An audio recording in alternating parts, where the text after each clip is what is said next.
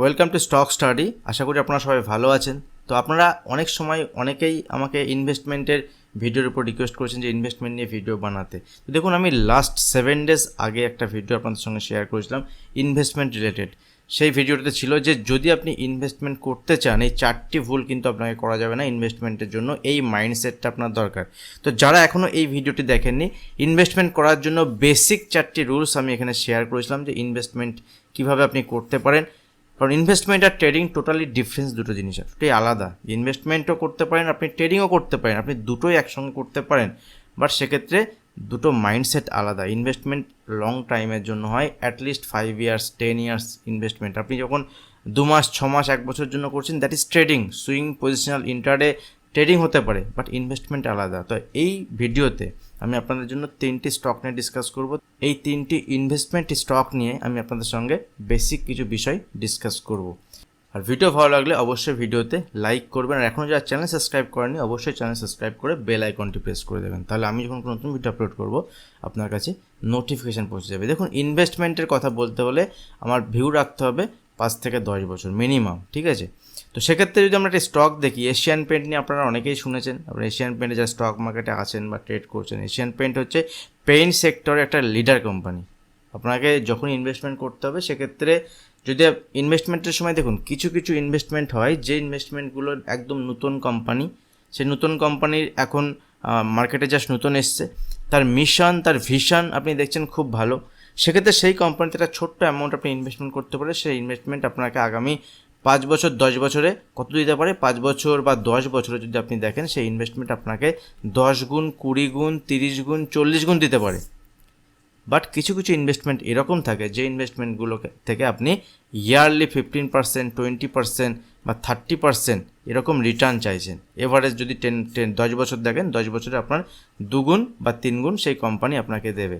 2 গুণ বা 3 গুণ, ঠিক আছে, সেই কোম্পানি আপনাকে দেবে। তো এইরকম ইনভেস্টমেন্টেই আমি এই ভিডিওতে ডিসকাস করছি, যে কোম্পানিগুলো sector leader. Generally sector leader যে কোম্পানিগুলো হয়, যেগুলো লার্জ ক্যাপ হয়, সেখান থেকে আপনি 15% 20% রিটার্ন এভারেজ বেসিস যদি 5 বছর দেখেন সেক্ষেত্রে আপনি পাবেন, এবং সেটা একটা ভালো রিটার্ন, একটা হ্যান্ডসাম রিটার্ন আপনি বলতে পারেন। তো সেরকম স্টক হচ্ছে আমাদের এশিয়ান পেন্ট। দেখুন, এশিয়ান পেন্টে আমরা লাস্ট যদি দেখি, মোটামুটি এখন এশিয়ান পেন্টের যে প্রাইস চলছে 2021 জানুয়ারি মাসের যে প্রাইস ছিল, দ্যাট মিনস লাস্ট যদি আমরা এখান থেকে দেখি, দেখুন জানুয়ারি মাস থেকে এখন যদি আমরা দেখি, এটা উইকলি আমি চার্ট আপনাদের সঙ্গে ওপেন করেছি।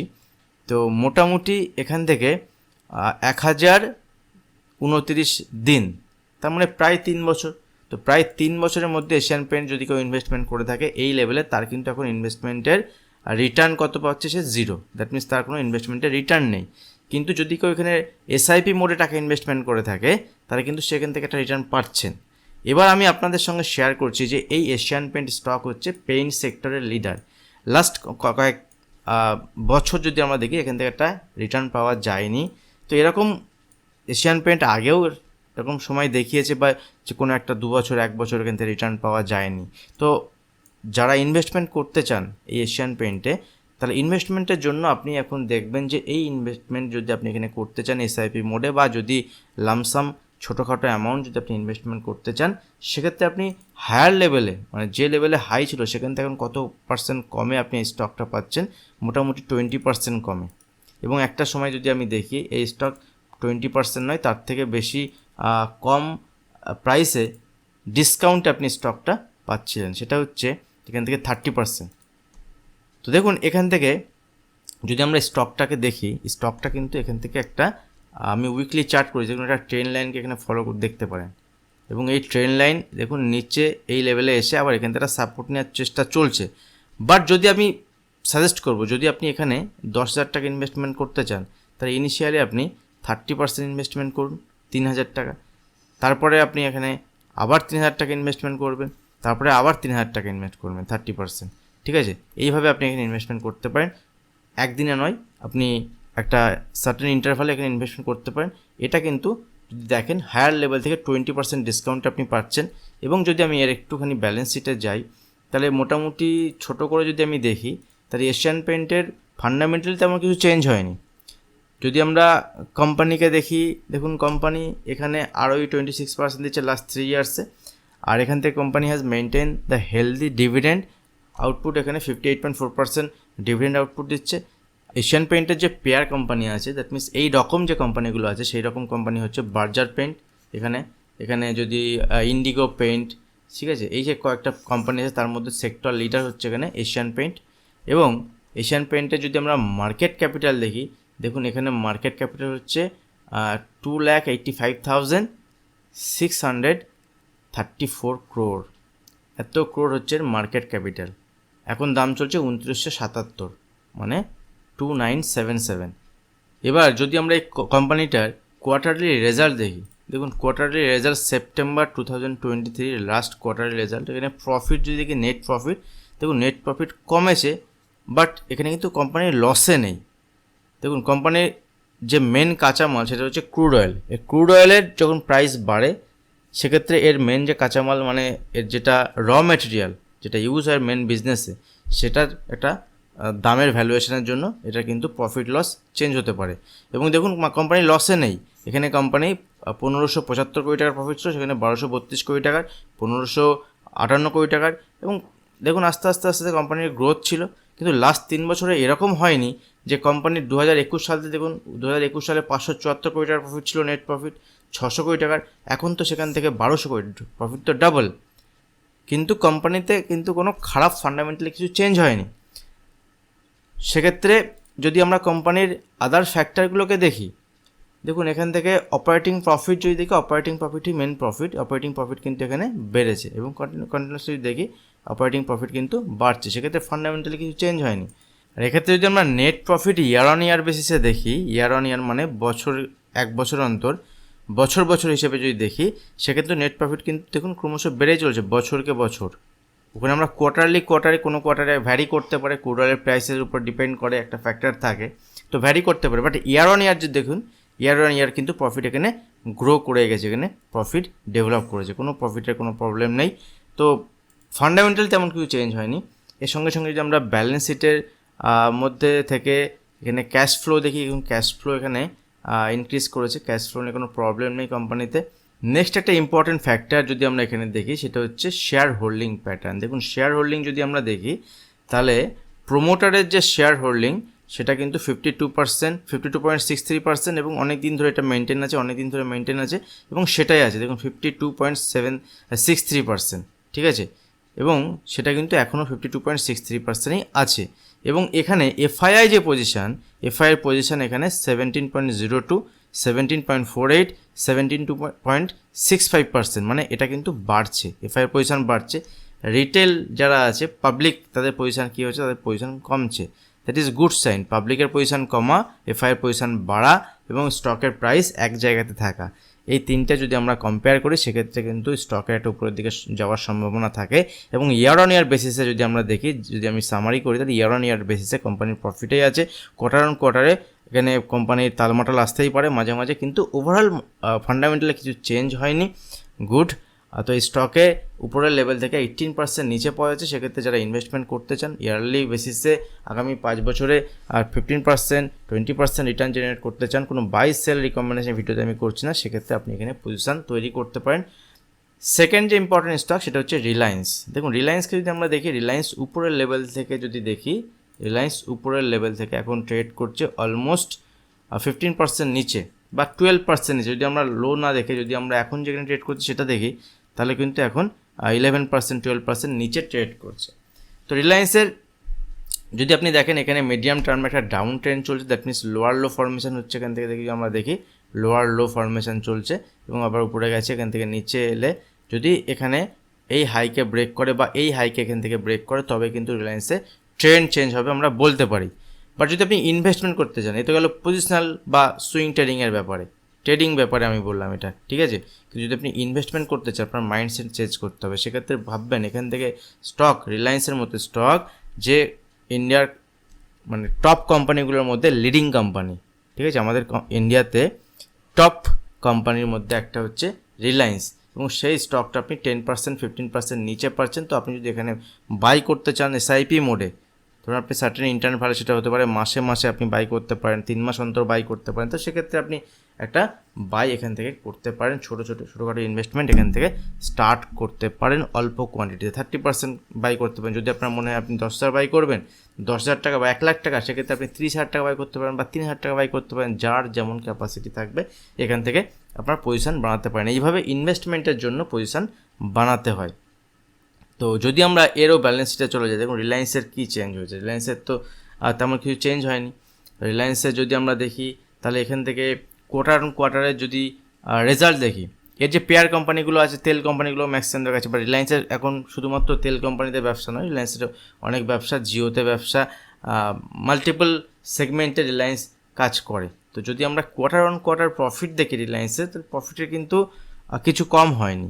আমরা রিলায়েন্সের প্রফিট নিয়ে আমি ডিসকাস করেছি আগেও আপনাদের সঙ্গে। তো রিলায়েন্সের যদি আমরা প্রফিট দেখি তাহলে দেখুন এখানে নেট প্রফিট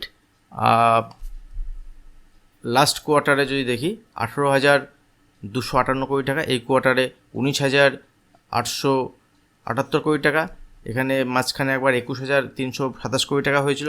আলটিমেট যদি দেখেন কোয়ার্টার প্রফিট বেড়েই চলেছে, ঠিক আছে, ছোটো হোক বড় হোক খুব বেশি ফারাক নেই। ইনভেস্টমেন্ট পারপাস, ট্রেডিং পারপাস এগুলো ডিপেন্ড করে।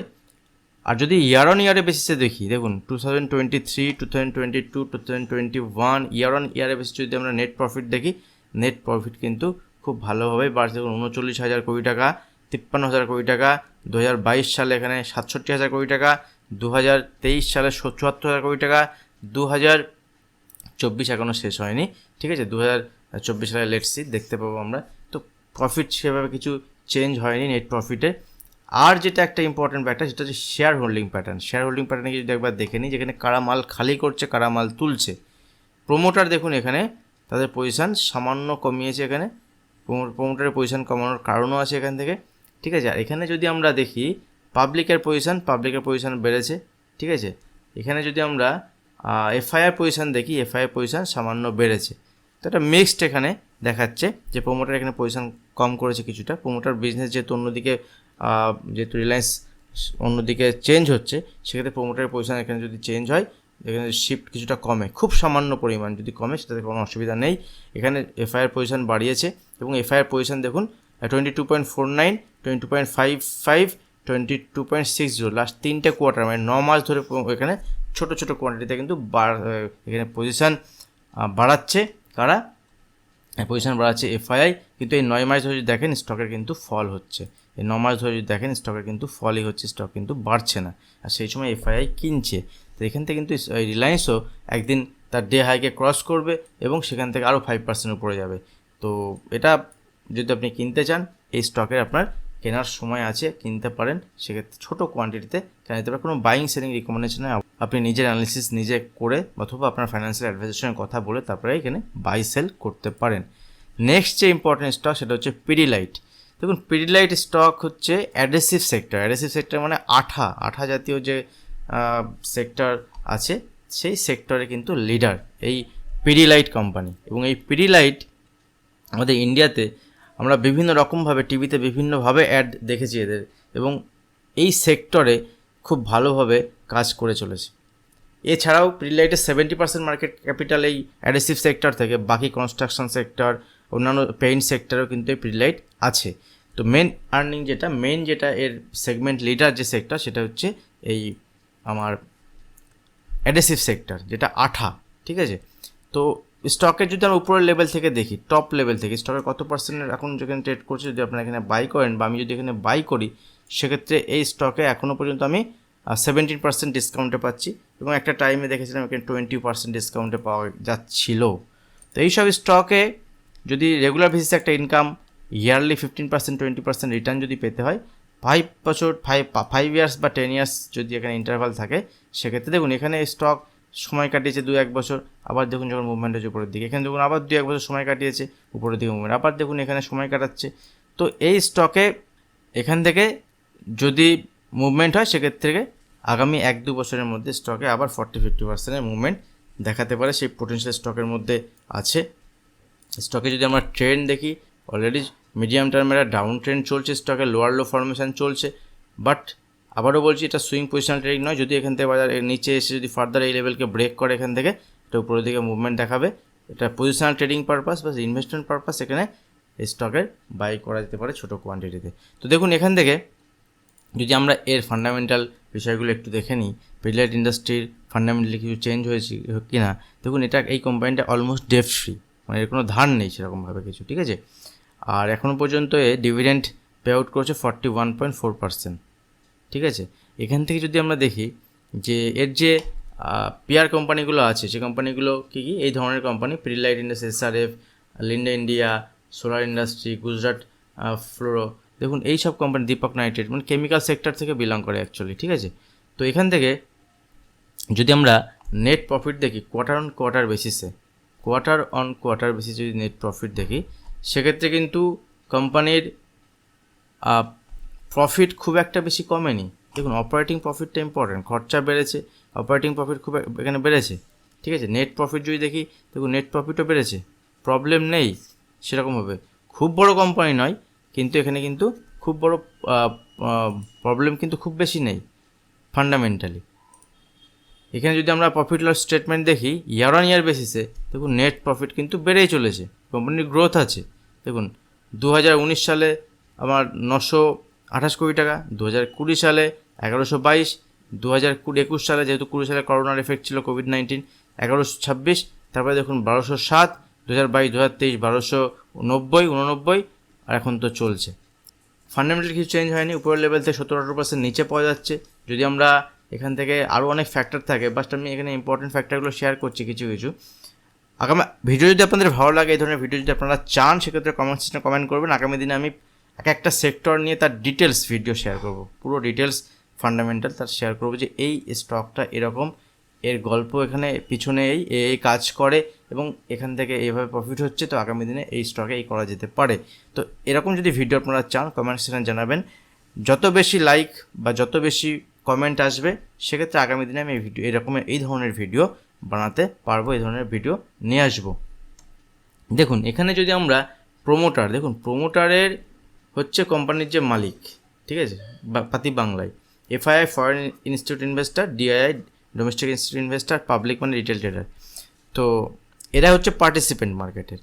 তো এই শেয়ারে পিডিলাইট যেটা আছে, এখানে 69% হচ্ছে প্রোমোটার, 69% প্রোমোটার নিজেই আছে। বাকি 11 মানে ম্যাক্সিমাম এখানে প্রোমোটারের হাতে আছে। 11.44% এফআইআই পজিশন যদি দেখি ক্রমশ এখানে লাস্ট 3টে কোয়ার্টারে এফআইআই পজিশন কিন্তু বেড়েছে, 10.61 থেকে 11.44, প্রায় 1% বেড়েছে। এখান থেকে যদি আমরা দেখি ডিআইআই পজিশন মাঝখানে একটু কমেছিল, আবার কিন্তু এখানে বেড়ে গেছে। আর রিটেল ট্রেডারের পজিশন কিন্তু এখানে কমছে 3টে কোয়ার্টার ধরে। তো এফআইআই যেদিকে থাকে তারা পজিশন বানায়, তারা যেহেতু ভিন দেশ থেকে আমাদের এখানে আসে, তাদের ট্যাক্সের পরিমাণটাও বেশি, তাদের এখানে যখন তারা ইনভেস্টমেন্ট করে তাদের বিচক্ষণতা আমি বেশি বলেই মনে করি। আর সেক্ষেত্রে স্টকের একটা উপরের দিকে মুভমেন্ট আগামী দিনে দেখাতে পারে। সে 2 মাস, 6 মাস, 1 বছর, 2 বছর স্টক কিন্তু আবার হাই তৈরি করবে এবং স্টকের একটা উপরের দিকে মুভমেন্ট দেখাবে। ভিডিও ভালো লাগলে লাইক করবেন। এখন যা চ্যানেল সাবস্ক্রাইব করেনি, চ্যানেল সাবস্ক্রাইব করে বেল আইকন প্রেস করবেন, তাহলে আগামী দিনে যখন নতুন ভিডিও আপলোড করবো আপনার কাছে নোটিফিকেশন পৌঁছে যাবে। আজ ভিডিও এখানে শেষ করছি, দেখা হবে নেক্সট ভিডিওতে। ধন্যবাদ।